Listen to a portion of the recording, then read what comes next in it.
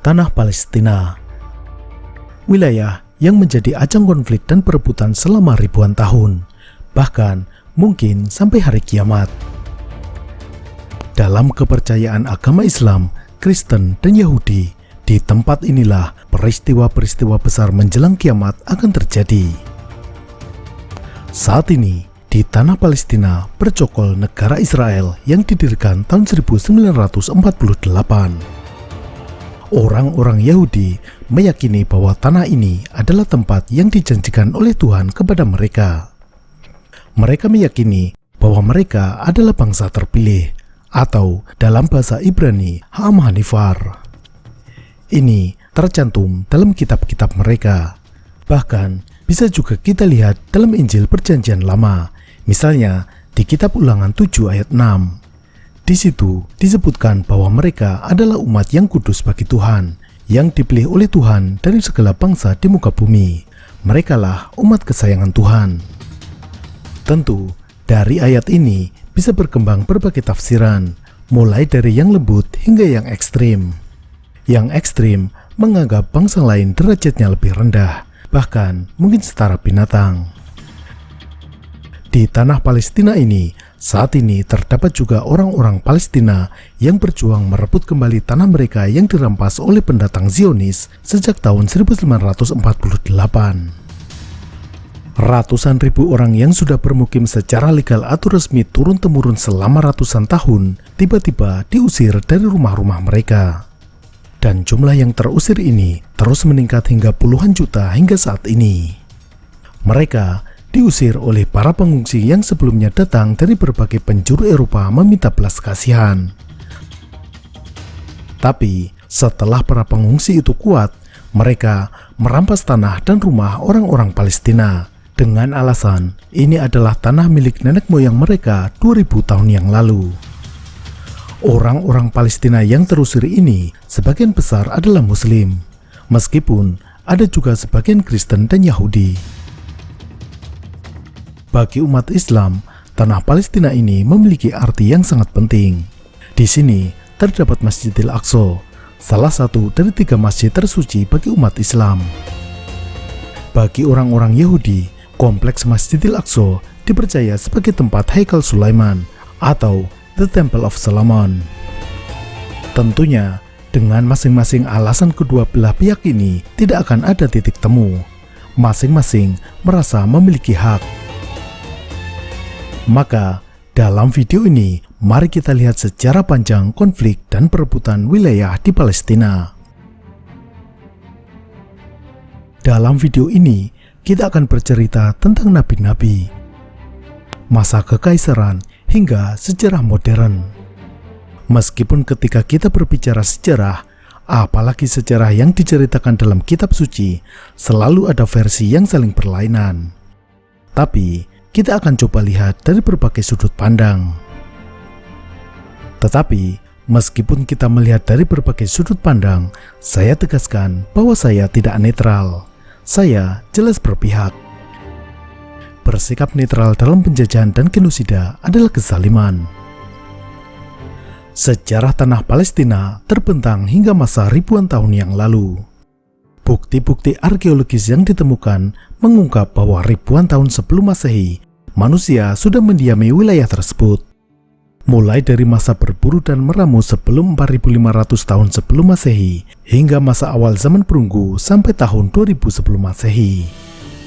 Sejarah tertulis kebudayaan di wilayah tersebut tercatat sejak 2000 tahun sebelum Masehi. Wilayah tersebut dikenal sebagai Kanaan atau Kenan dalam bahasa Inggris, dan dalam bahasa Arab diucapkan Kanaan. Jadi, yang tercatat tinggal di wilayah ini adalah orang-orang Kanaan. Di wilayah ini juga diyakini tempat Nabi Ibrahim tinggal di akhir masa hidupnya. Tepatnya dimakamkan di Hebron. Nabi Ibrahim sendiri diyakini lahir di Irak di kota Ur. Keturunan Nabi Ibrahim inilah nanti akan menjadi bangsa-bangsa Yahudi dan bangsa Arab. Istilah Yahudi mungkin agak rancu jika digunakan untuk menyebut kaum pada masa itu. Dalam pandangan Islam, umat-umat yang mengikuti Nabi Ibrahim, Musa, Daud, dan lain-lain jelas tidak beragama Yahudi. mereka tetap disebut Muslim. Maka, untuk menghindari kerancuan, kita sebut kaum ini sebagai Bani Israel. Bani Israel artinya adalah keturunan Israel. Siapa Israel? Israel atau Israel merupakan nama lain dari Nabi Yakub alaihissalam atau Jacob dalam bahasa Inggris, Yaakov dalam bahasa Ibrani. Nabi Yakub memiliki 12 putra. Dalam Bible disebutkan ke-12 anak ini bernama Ruben, Simeon, Lewi, Yehuda, dan Naftali, Gad, Asher, Issakhar, Zebulon, Yusuf, dan Benyamin. Disebutkan juga anak perempuan bernama Dina. 12 anak Yakub inilah nantinya akan menjadi 12 suku Israel. Baik dalam agama Islam maupun Kristen, diceritakan bahwa Yakub sangat mencintai salah satu anaknya, yakni Yusuf. Hal ini membuat saudara lainnya cemburu dan membenci Yusuf. Mereka membuang Yusuf ke dalam sumur. Singkat cerita, Yusuf diselamatkan dan pergi ke Mesir. Di Mesir, ia menjadi pejabat dan berhasil mengatasi masa paceklik. Kemudian, Yusuf membawa saudara-saudaranya ini pindah dari tanah Kanaan ke Mesir. Di Mesir, mereka beranak pinak dan dikenal sebagai Bani Israel. Waktu berlalu, populasi Bani Israel di Mesir semakin banyak. Terjadi perubahan politik di Mesir, Bani Israel mengalami penindasan dan diperbudak. Muncullah Nabi Musa yang memimpin Bani Israel keluar dari Mesir hingga menyeberangi lautan. Setelah selamat dari kejaran Firaun, Musa memimpin Bani Israel menuju tanah yang dijanjikan. Dalam kisah-kisah Al-Quran, selama perjalanan itu banyak terjadi pembangkangan-pembangkangan oleh kaum Bani Israel ini. Di antaranya adalah tidak pernah puasnya mereka atas karunia yang sudah diberikan Tuhan, hingga kisah penyembahan patung anak sapi. Pembangkangan terbesar adalah mereka menolak mentah-mentah berjuang untuk merebut tanah suci yang dijanjikan, Al-Ardul Al-Muqaddasah. Mereka justru menyuruh Nabi Musa dan Tuhannya berperang sendiri, sementara mereka menunggu. Ada berbagai tafsir tentang di mana lokasi tanah suci ini. Ada yang meyakini sekitar Bukit Tursina, ada yang meyakini negeri Syam, ada juga kota Ariha atau sekarang Jericho. Yang paling banyak diyakini adalah wilayah Palestina di mana terdapat Baitul Maqdis. Istilah Palestina berasal dari nama Filistin, yakni bangsa yang saat itu mendiami wilayah tersebut. Orang-orang Bani Israel menolak berperang karena takut dengan bangsa Filistin yang terkenal kuat. Karena pembangkangan itulah mereka dihukum. Mereka tidak bisa memasuki kota itu dan terlunta-lunta di Gurun Sinai selama 40 tahun. Bani Israel baru bisa memasuki kota itu saat dipimpin oleh Yusha bin Nun. Yusha atau dalam agama Kristen dan Yahudi disebut Yosua atau Yehosua merupakan penerus Nabi Musa. Meskipun namanya tidak disebutkan dalam Al-Quran, tetapi para ahli tafsir meyakini bahwa Yusha adalah juga seorang nabi. Dengan dipimpin Yusha atau Yosua, Bani Israel berhasil memasuki Palestina. Setelah mereka memasuki wilayah tersebut, mereka membagi wilayah berdasarkan suku-suku. Masing-masing 12 suku tersebut memperoleh wilayah sendiri-sendiri. Berdasarkan perspektif Islam, sepeninggal Yusha bin Nun, orang-orang Bani Israel mulai berubah-ubah kitab Taurat mereka. Timbul perselisihan dan perpecahan yang mengakibatkan mereka dijajah dan ditindas oleh bangsa lain. Bani Israel ini kemudian berkeinginan untuk memiliki kerajaan dan meminta seorang raja di antara mereka. Maka mereka meminta pada nabi pada saat itu, yakni Nabi Syamuil atau Syamwil, disebut juga Syamun. Dalam agama Kristen disebut sebagai Samuel. Nabi Samuel menunjuk Tolut sebagai raja. Dalam Alkitab, Tolut dikenal sebagai Raja Saul. Tolut ini adalah raja bangsa Israel pertama. Namun, karena sifat Bani Israel yang suka membangkang, penunjukan Tolut ini pun tak luput dari penentangan. Tolut memimpin bangsa Bani Israel melawan musuh mereka. Musuh mereka dipimpin oleh Jalut atau Goliat yang berperawakan tinggi besar. Pada akhirnya, Jalut atau Goliat ini berhasil dibunuh oleh Daud dengan menggunakan senjata seling atau umban. Pertarungan ini terkenal sebagai David versus Goliat. Singkat cerita, Daud atau David menjadi raja menggantikan Raja Saul. Daud atau David ini dalam agama Yahudi merupakan raja yang sangat dihormati. Kaum Yahudi meyakini bahwa Mesias atau raja masa depan yang akan memimpin bangsa Yahudi di akhir zaman akan berasal dari keturunan Daud. Kemudian, setelah Daud meninggal, ia digantikan oleh anaknya yakni Sulaiman, atau dalam Yahudi dan Kristen disebut Solomon atau Salomo. Pada masa Nabi Sulaiman ini, kerajaan Bani Israel mencapai puncak kejayaannya. Nabi Sulaiman membangun atau mempermegah Baitul Maqdis atau dalam bahasa Ibrani Beit Hamikdash. Sering disebut juga sebagai Haikal Sulaiman atau The Temple of Solomon. Kisah kebesaran Nabi Sulaiman memberi pengaruh pada berbagai budaya. Dalam cerita 1001 malam, diceritakan ada jin yang dihukum Nabi Sulaiman dimasukkan ke dalam botol dan dibuang ke laut. Dari sinilah asal cerita jin dalam botol dengan berbagai versinya. Dalam cerita fabel di Indonesia, Kancil selalu mencatut nama Nabi Sulaiman untuk melancarkan aksi tipu-tipunya. Di Eropa, ada kitab sihir yang bernama Maftiah Salomoh atau dalam bahasa Latin Clavicula Solomonis. Artinya adalah kunci Sulaiman atau The Solomon's Key. Meskipun mencatut nama Sulaiman, kitab ini sebenarnya ditulis pada masa Renaissance atau sekitar abad ke-15 Masehi. Orang-orang Yahudi Israel saat ini memiliki cita-cita untuk membangun kembali The Temple of Solomon yang lokasinya diyakini berada di kompleks Masjidil Aqsa. Inilah salah satu titik konflik antara orang-orang Yahudi saat ini dengan orang-orang Islam. Pada masa Raja Solomon atau Nabi Sulaiman, wilayah kerajaan membentang dari Sungai Nil hingga Sungai Efrat di Irak. Ini juga menjadi cita-cita Israel saat ini untuk meluaskan wilayah negara menjadi Israel Raya atau The Greater Israel yang membentang dari Sungai Nil ke Sungai Efrat. Setelah Nabi Sulaiman atau Raja Salomo mangkat, terjadi perpecahan kerajaan. Kerajaan terbagi dua menjadi kerajaan Israel di utara dan kerajaan selatan yang bernama kerajaan Yehuda.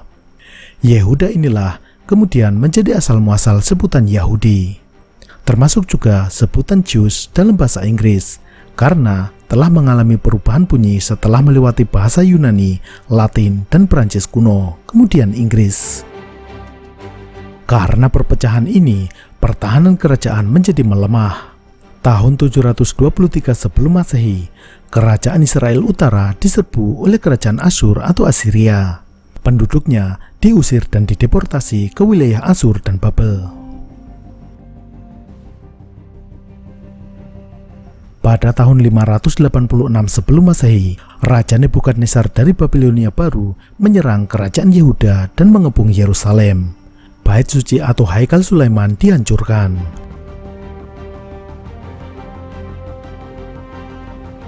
Sekitar 200 tahun kemudian, Babilonia Baru atau Kaldea ditaklukkan oleh Persia di bawah pimpinan Cyrus the Great atau Kores Agung. Dengan demikian, wilayah ini kemudian berada di wilayah Persia. Pada masa Cyrus ini, orang-orang Yahudi diizinkan kembali ke Yerusalem. Kemudian, berbagai kekuatan-kekuatan besar bergantian menguasai wilayah Palestina. Di antaranya Yunani di bawah Alexander Agung dari Makedonia pada tahun 330 sebelum Masehi. Pada tahun 300 sebelum Masehi, wilayah ini direbut oleh Romawi. Wilayah Palestina kemudian dikuasai oleh Romawi. Tahun 66 sebelum Masehi, terjadi revolusi atau perlawanan orang-orang Yahudi. Akibatnya, penguasa Romawi melakukan persekusi dan pengusiran orang-orang Yahudi dari tanah Palestina. Sebagian besar orang Yahudi diusir dan tersebar ke berbagai penjuru, meskipun ada sebagian yang masih tetap tinggal dan bertahan. Kemudian, di wilayah ini muncul Nabi Isa alaihissalam atau Yesus, disebut juga Isu dalam bahasa Aramaik atau Yesua dalam bahasa Ibrani. Dakwah Nabi Isa ini ditentang oleh para pemuka Yahudi. Mereka yang sering disebut sebagai orang-orang Farisi ini melaporkan Isa atau Yesus ke Pontius Pilatus, yakni gubernur provinsi Yudea yang berada di bawah kekaisaran Romawi.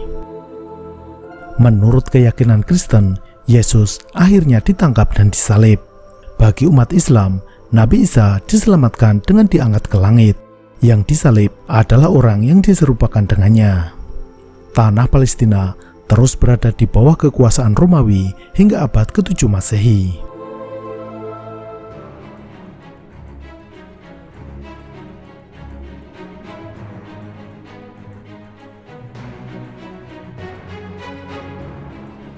Pada abad ke-7, Nabi dan Rasul terakhir diutus di Jazirah Arab.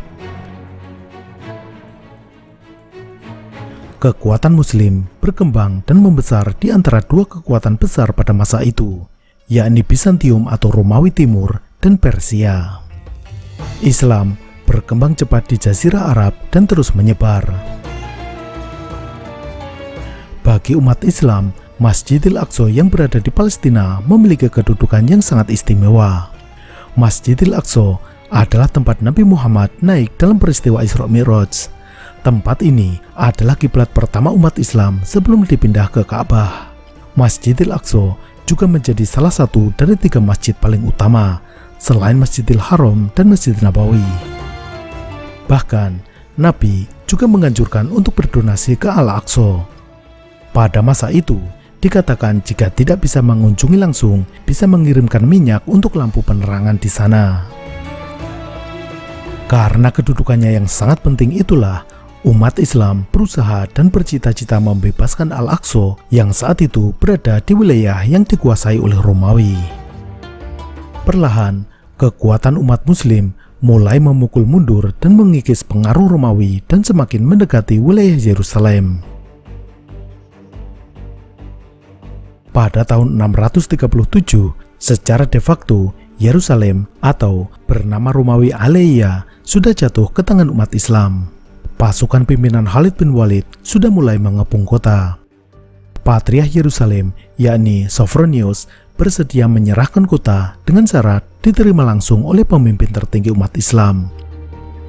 Pimpinan umat Islam saat itu, yakni Khalifah Umar bin Khattab, datang sendiri berangkat dari Madinah untuk menerima penyerahan kunci kota dari Patriark Sophronius.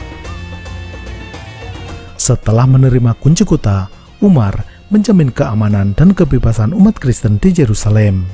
Jaminan ini dikenal sebagai Perjanjian Umar atau Al-Uhdad Al-Umariyah. Orang-orang Kristen di Yerusalem dijamin keamanan dan keselamatannya, termasuk rumah-rumah mereka, gereja-gereja mereka, dan kebebasan menjalankan ritual ibadah mereka. Orang-orang Bizantium dipersilahkan meninggalkan kota dengan membawa harta mereka. Jika mereka memiliki kebun atau pertanian yang belum dipanen, maka diberi tenggat waktu sampai masa panen. Ada satu poin yang diperdebatkan oleh para sejarawan, yakni poin pelarangan orang-orang Yahudi untuk tinggal di Yerusalem. Salah satu sumber menyatakan hal itu adalah permintaan dari Sophronius akibat pengkhianatan orang-orang Yahudi di masa lalu yang membantu Persia mencuri salib suci. Salib suci itu dibawa ke Persia, namun akhirnya berhasil direbut kembali oleh Heraklius pada abad ke-7. Satu sumber menyatakan permintaan pelarangan Yahudi itu ditolak oleh Umar. Sumber lain menyatakan usul itu diterima dan masuk dalam perjanjian. Sejak diambil alih oleh umat Islam melalui Umar bin Khattab, Yerusalem dan wilayah Palestina mengalami masa relatif tentram selama beberapa ratus tahun. Bahkan, jabatan patriark atau pemimpin Kristen di Yerusalem tetap ada dan tetap berkedudukan di Yerusalem hingga tahun 1099. Pada tahun 1095, Paus Urbanus II memaklumkan perang salib untuk merebut kembali kota suci Yerusalem. Pasukan-pasukan dari Eropa yang terdiri dari bangsawan, kesatria, rakyat jelata hingga hamba sahaya berdatangan melalui Konstantinopel lalu ke Yerusalem. Dalam usahanya merebut Yerusalem, pasukan perang salib atau Crusader harus kehilangan korban jiwa yang banyak. Sebagian besar meninggal dalam perjalanan, tenggelam di laut atau terkena penyakit dan kelaparan saat pengepungan. Tetapi pada akhirnya, pada tahun 1099, mereka berhasil merebut kota suci Yerusalem. Terjadi pembantaian terhadap orang-orang Muslim dan Yahudi. Saat pasukan Crusader memasuki kota, para penduduk berlindung di kompleks Masjidil Aqsa. Namun, tetap saja mereka dibunuh. Menurut catatan yang tertulis dalam Kisah Francorum, pada saat pembantaian itu, genangan darah mencapai mata kaki. Diperkirakan puluhan ribu orang dibantai di Masjidil Aqsa. Tanah suci Yerusalem terus berada di tangan orang-orang Kristiani selama sekitar 90 tahun. Pada tahun 1187, Salahuddin Al-Ayyubi memimpin kampanye untuk merebut Yerusalem. Setelah menghancurkan pasukan Crusader dalam pertempuran di Tanduk Hitin, pasukan Salahuddin bergerak mengepung Yerusalem. Pengepungan dan bombardir Yerusalem dilakukan selama 2 minggu.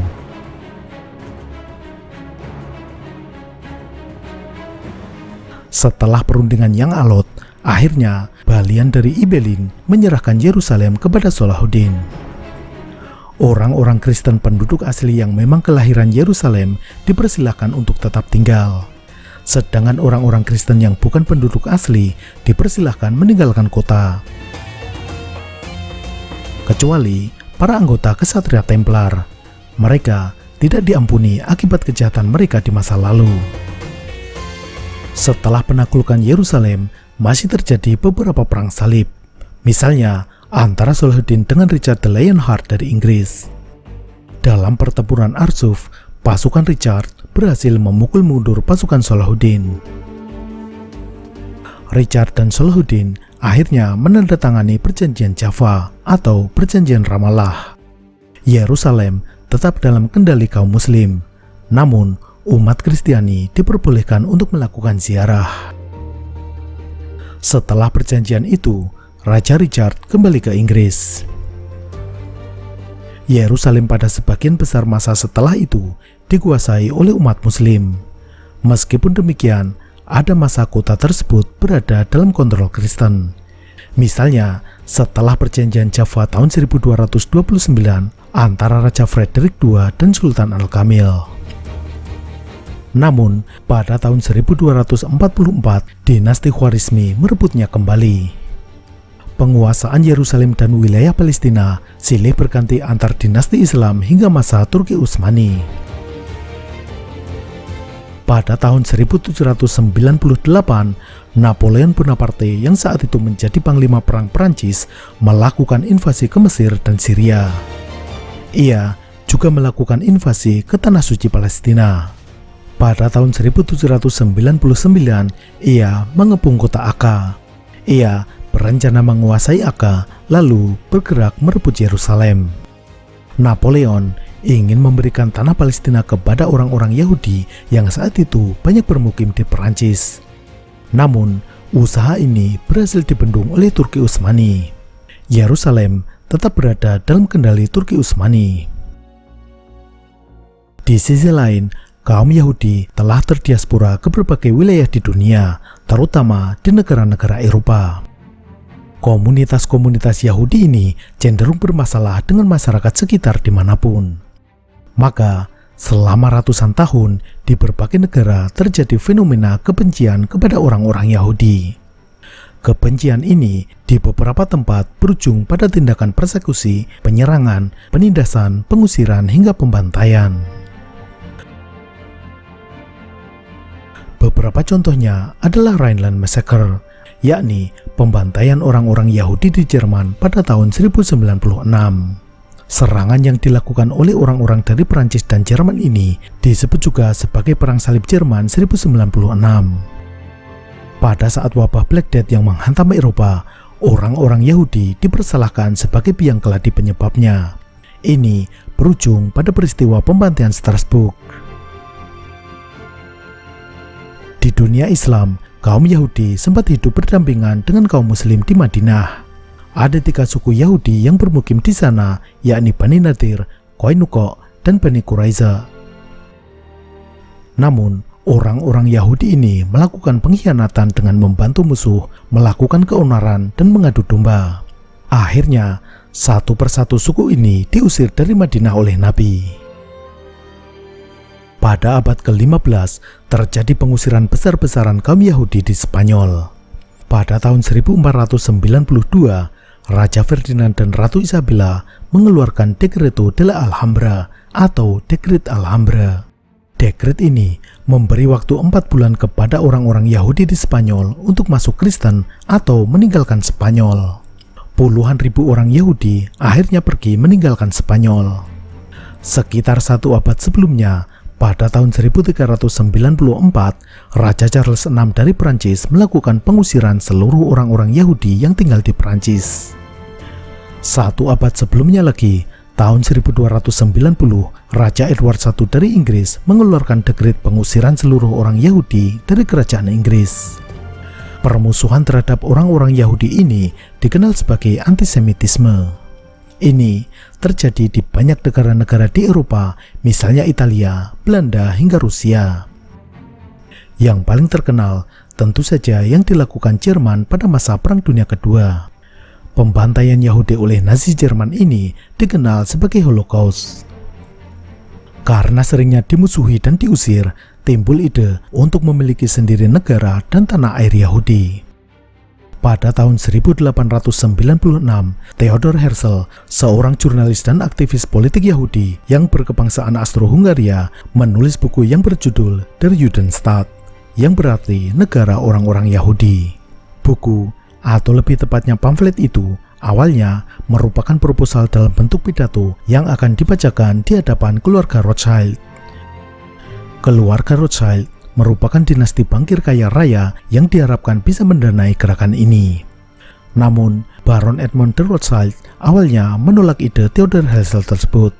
Ia khawatir ide tersebut membahayakan orang-orang Yahudi di diaspora.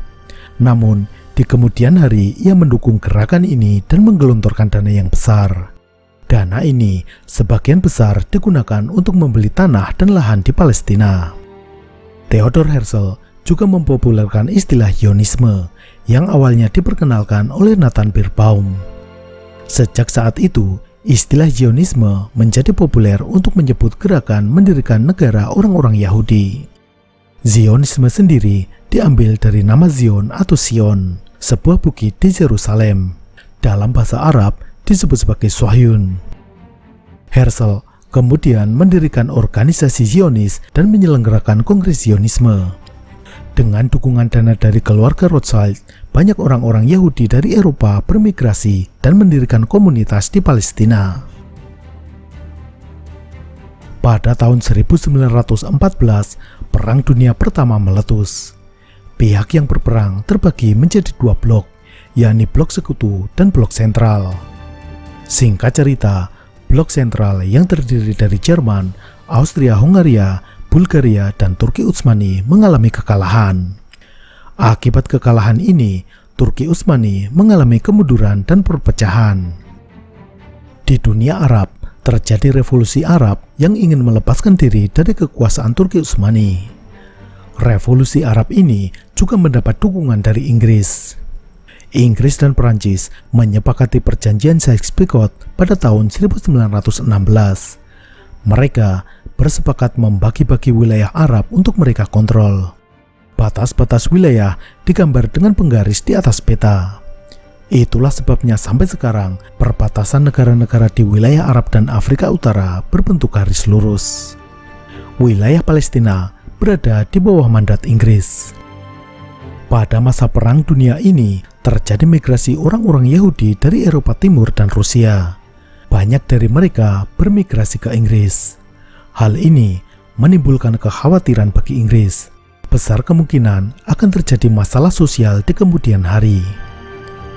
Antara tahun 1914 hingga tahun 1916 terjadi pertemuan-pertemuan intens antara pemerintah Inggris, organisasi Zionis, dan keluarga Rothschild.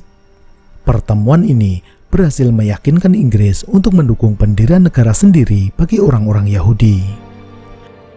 Pada tahun 1917, pemerintah Inggris melalui Menteri Luar Negeri Arthur Balfour mengeluarkan pernyataan resmi yang dikenal sebagai Deklarasi Balfour. Deklarasi Balfour ini berbentuk surat yang ditujukan kepada Lord Rothschild. Isinya adalah bahwa pemerintah Inggris menyambut baik upaya pendirian tanah air di Palestina bagi orang-orang Yahudi, dan pemerintah Inggris akan memberikan upaya yang terbaik untuk memfasilitasi keberhasilan tujuan ini. Maka, deklarasi ini memberikan angin segar bagi orang-orang Yahudi untuk pindah ke Palestina. Deklarasi ini kemudian juga diadopsi oleh Liga Bangsa-Bangsa. LPB memberi mandat kepada Inggris di wilayah Palestina untuk mengamankan pendirian tanah air bangsa Yahudi. Pada akhir Perang Dunia Kedua, semakin banyak orang-orang Yahudi, terutama korban perang, yang mengungsi ke Palestina. Mereka datang dengan kapal-kapal pengungsi dalam keadaan meminta belas kasihan. Kedatangan mereka disambut dengan baik oleh penduduk Palestina. Banyak dari mereka diberikan tempat tinggal dan dibantu hidupnya. Namun, orang-orang Yahudi ini sudah memiliki tujuan besar. Mereka ingin mendirikan negara di tanah Palestina. Populasi orang Yahudi di Palestina meningkat pesat. Pada tahun 1922, persentase orang Yahudi di Palestina adalah 12%. Pada tahun 1946 meningkat menjadi 33%.